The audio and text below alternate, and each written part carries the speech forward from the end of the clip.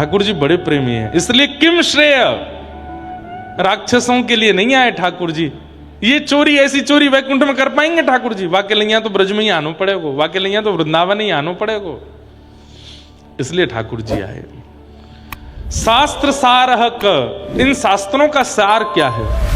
अष्टादश पुराणेषु व्यासस्य वचनद्वयम् परोपकार पुण्याय पापाय परपीडनम।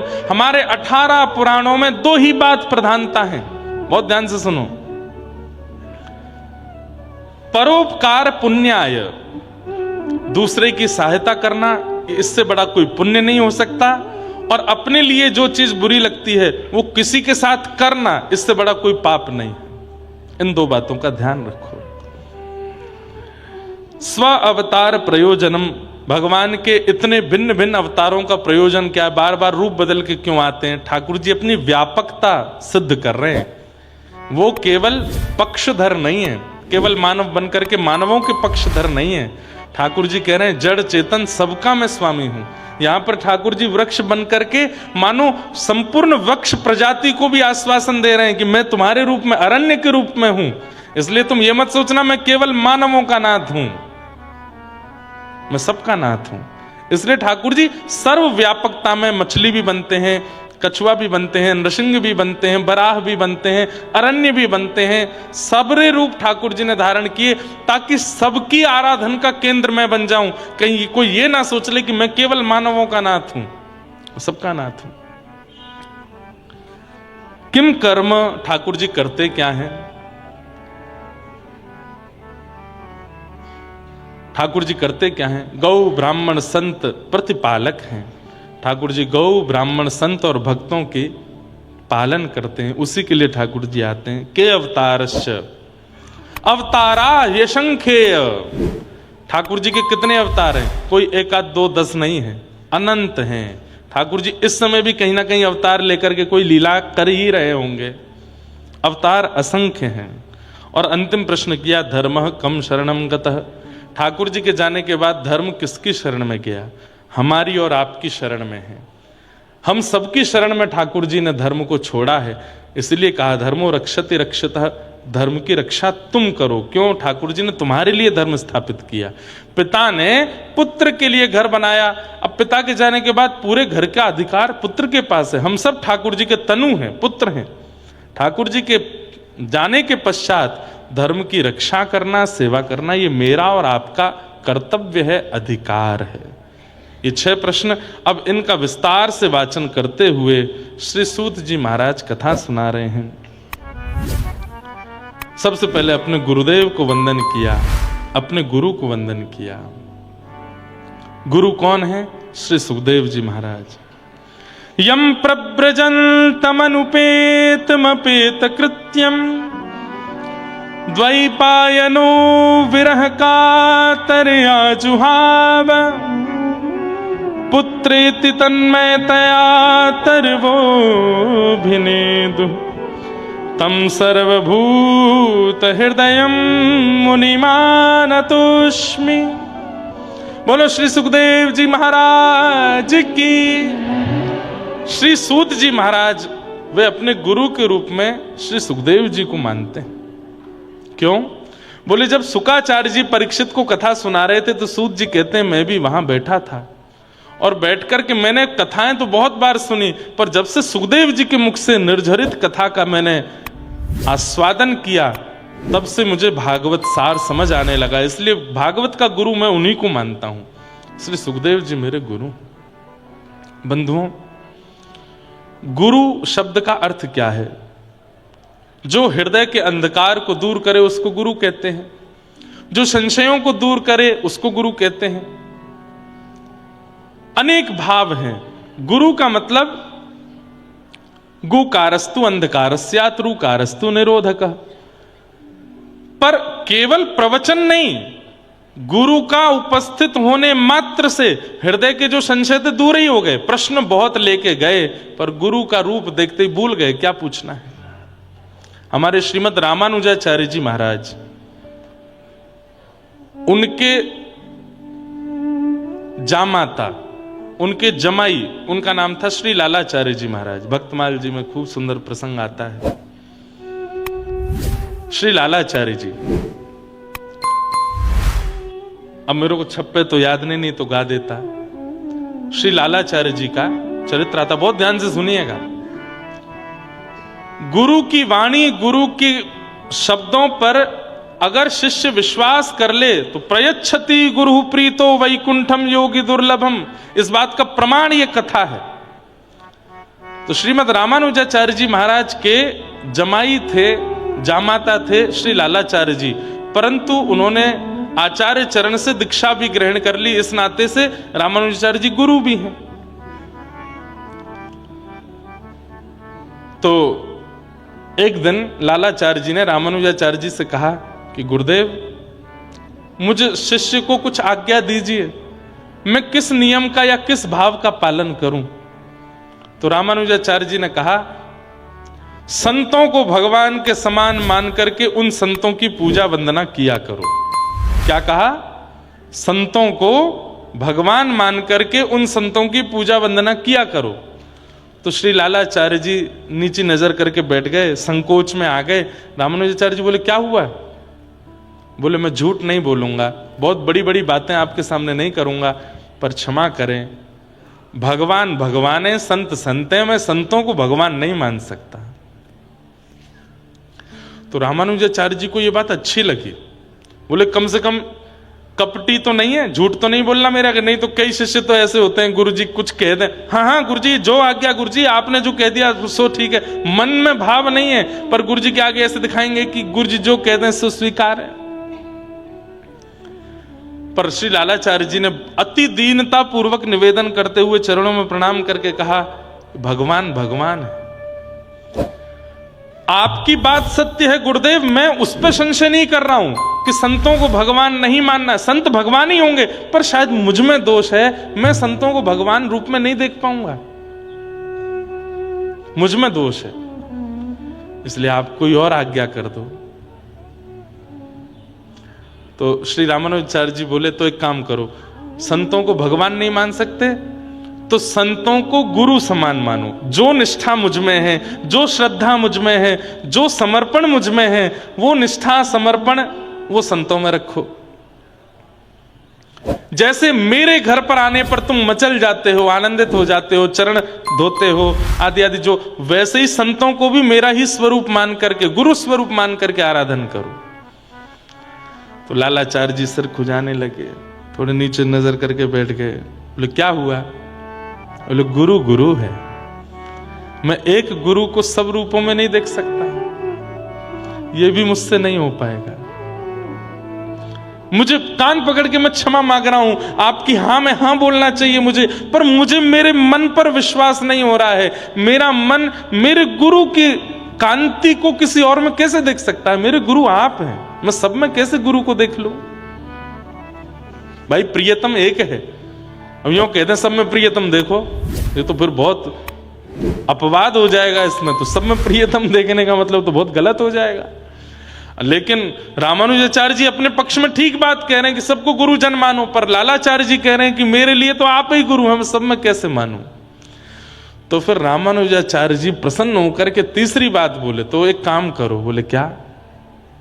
बोले, जैसे भाई है, जैसे बड़े भाई हैं, छोटे भाई हैं, मित्र हैं, सखा हैं, संबंधी हैं, घर के संबंधी हैं, उन घर के संबंधियों को आते देख तुम अति प्रसन्न हो जाते हो, ऐसे ही संतों को अपना संबंधी मान करके देखना शुरू करो। लालाचार्य जी बोले, जय हो गुरुदेव की जय हो, ये मैं कर सकता हूं।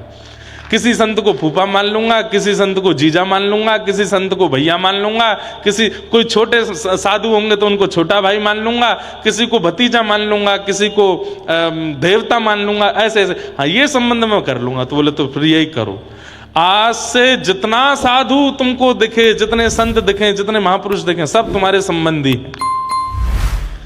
तो लालाचार्य जी ने इस बात को इतना अमल किया, माथे पर उर्धपुंड और गले में तुलसी माला, केवल ये दो चीजों में से कुछ भी दिख जाए या शिखा दिख जाए तो दूर से ही लालाचार्य जी देख लेते थे, आयु मुझसे ज्यादा है, स्वभाव ऐसा है, ये मेरे कौन है, तो सीधे प्रणाम ही करते, फूफा जी राम राम, कैसे हैं आप? बोले हम तुम्हारे फूफा कब बने? बोले हमारे गुरुदेव की आज्ञा है, सब संतों को संबंधी मानो। घर चलिए, यहाँ कहाँ बैठे हैं आप? आपकी बहू ने देखो आज बढ़िया सुंदर पकवान बनाए हैं। उनकी पत्नी भी आचार्य चरण की पुत्री हैं, लालाचार्य जी जैसे पति हैं, तो पत्नी में भी संस्कार बहुत थे। अरे सुनो, बोले हाँ फूफा जी कहाँ के हो आप? वाराणसी के। वाराणसी वाले फूफा जी आए हैं, कुछ बनाओ। तो वो भी आकर के बड़ा दंडवत कर दिया, अरे फूफा जी बड़ी कृपा करके आए, पधारो विराजो। कभी बड़े भैया आए, कोई दिखे कि कद काठी में बड़े हैं, थोड़े से जो है हठीले स्वभाव के हैं, भैया कितने दिन से आपकी प्रतीक्षा थी, आज मिले। बड़े भैया कहते तुम कौन से हमारे छोटे भैया हो भाई, कहाँ के हो? बोले वो सब बात की बात है, हम आपके संबंधी हैं, आप हमारे बड़े भैया। बहू ने आपके लिए घर पर सुंदर मोहन थार बनाई है, चलिए ना घर पर। घर लाते, प्रसाद पवाते, जितने दिन उनकी रहने की इच्छा होती घर पर रखते, उनको दान दक्षिणा करके जब विदा होते तो रोते, आंखों से आंसुओं से दोनों पति पत्नी रोते और कहते आप अब कब आओगे? रामानुजाचार्य जी इतने प्रसन्न होते थे इस लीला को देख करके, उनके इस भाव को देख करके। देखो कैसी गुरु निष्ठा। मैंने कहा कि संतों को भगवान मानो, तो बोले नहीं मान पाऊंगा। गुरु मानो, नहीं मान पाऊंगा। मैंने कहा संबंधी मानो, तो ऐसा संबंध निभा रहे हैं जैसे वास्तविक पारिवारिक संबंध निभाया जाता है। सबको अपना संबंधी मानते। हाँ, एक बार उनकी पत्नी कावेरी नदी में जल भरने के लिए अपनी सब सहेलियों के साथ में गई थी। अच्छा, जब आप लोग गुरु आज्ञा मान करके भक्ति पथ पर चलने लगते हैं तो कई लोग आपका मजाक भी उड़ाने लगते हैं। अब रोज तिलक लगाओ और किसी दिन तिलक नहीं लग पाए तो घर के लोग छेड़ेंगे, अरे भक्तानी आज तिलक नहीं लगा सिर पे, क्यों नहीं लगा? लगा लो। तुम्हारी वो कहाँ है लकड़ी वाली माला, पहने आओ उसको गले में, दिखे नहीं रही। मजाक भी बनाने लगते हैं कई लोग। नगर में कोई वृंदावन से आ जाए, ओहो तुम्हारे वृंदावन वाले आए हैं, सुनने नहीं जाओगे कथा? ये सुनने मिलने नहीं जाओगे उनसे? ऐसे लोग, कई लोग मजाक भी करने लगते हैं। तो इतने में ही कावेरी जी में एक शव बहता हुआ जा रहा था और वो शव, मृतक शव तैरता है पानी के ऊपर। उस शव के गले में कंठी माला थी। तो संग में जो सहेलियां गई थी उन्होंने कही अरे घूंघट कर ले। बोले क्यों? देख तेरे जेठ बहते हुए जा रहे हैं। जेठ क्यों कह दिया? क्योंकि गले में कंठी माला है। तू और तेरे पति तिलक और माला देख करके अपना संबंधी मानते हो ना, देख ये शव बहता हुआ जा रहा है, हो सकता है तेरे जेठ हो। पत्नी ने मजाक में नहीं लिया, दौड़ी दौड़ी गई और अपने पतिदेव से जाके कहा आज अनर्थ हो गया। बोले क्या हो गया? बोले कावेरी जी में कंठी माला गले में धारण किए और सब सहेलियां कह रही थी कि जेठ तो नहीं है, वो जा रहे हैं, छप्पे निकला है।